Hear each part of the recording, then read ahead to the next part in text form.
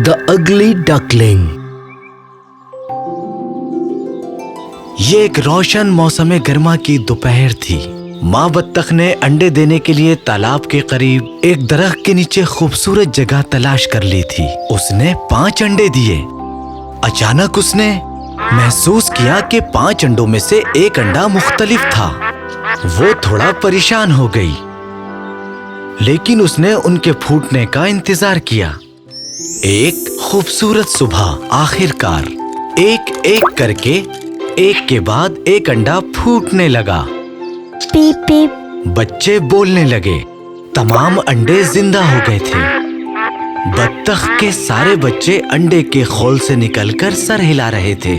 सब टूट गए थे, सिर्फ एक के अलावा।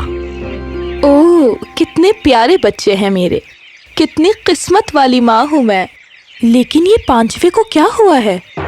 बत्तख परेशान थी। ये आखिरी अंडा तो काफी तवील वक्त ले रहा है। वो अंडे पर बैठ गई और सारी गर्मजोशी दे दी जितनी वो दे सकती थी। ये बच्चा सबसे खूबसूरत बच्चा होगा, क्योंकि इसका अंडा फूटने में बहुत वक्त लग रहा है। एक खूबसूरत सुबह जब अंडा फूटा, वहाँ से एक बदसूरत सुरमई रंग वाला बच्चा निकला। पीप पीप।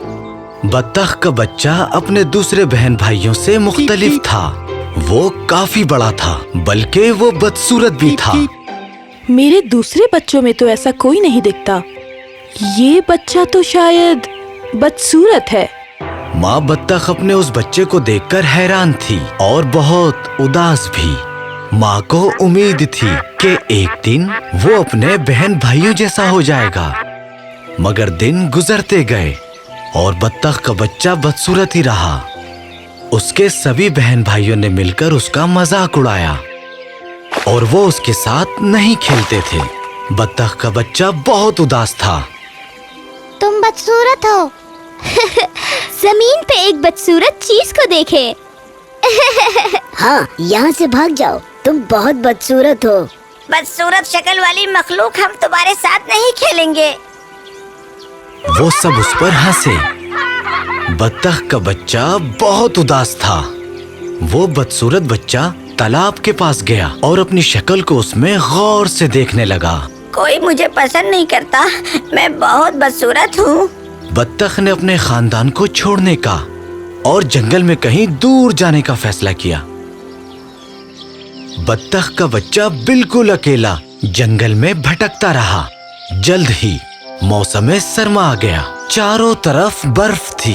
बत्तख का बच्चा उदास था और वो सर्दी से कांप रहा था। खाने के लिए ग़िज़ा और रहने के लिए गर्म जगह को वो तलाश नहीं कर सका। वो एक बत्तख के खानदान के पास गया। उन्होंने उसे झिड़क दिया। तुम एक बदसूरत मखलूक हो। ये बदसूरत साथी कौन है? वो मुर्गी के घर में रहने गया।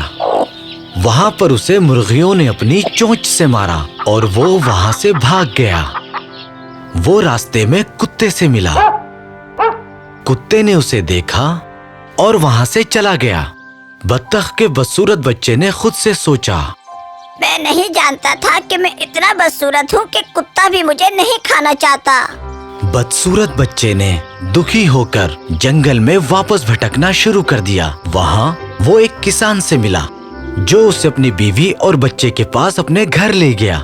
लेकिन वहाँ पर रहने वाली एक बिल्ली ने उसे काफी परेशान किया, तो उसने किसान का घर भी छोड़ दिया। जैसे ही मौसम बहार आया, एक बार फिर सब चीजें ताजा और हरी भरी हो गईं। वो चलता गया और चलता गया। उसने एक नदी देखी। वो दोबारा पानी देखकर बहुत खुश था। वो उस नदी के करीब गया और एक खूबसूरत राजहंस को तैरते हुए देखा। उसको उससे प्यार हो गया। बत्तख का बच्चा खुद से शर्मिंदा था और अपनी गर्दन नीचे कर ली।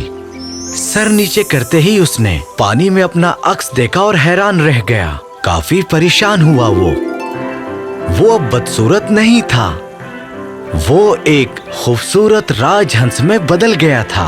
अब उसे एहसास हुआ कि वो अपने बहन भाइयों से अलग क्यों दिखता था, क्योंकि ये तो एक राजहंस है और वो सब बत्तखें थीं। اس نے اس خوبصورت راج ہنس سے شادی کر لی جس سے وہ پیار کرتا تھا اور اس کے بعد وہ ہمیشہ خوش رہنے لگا۔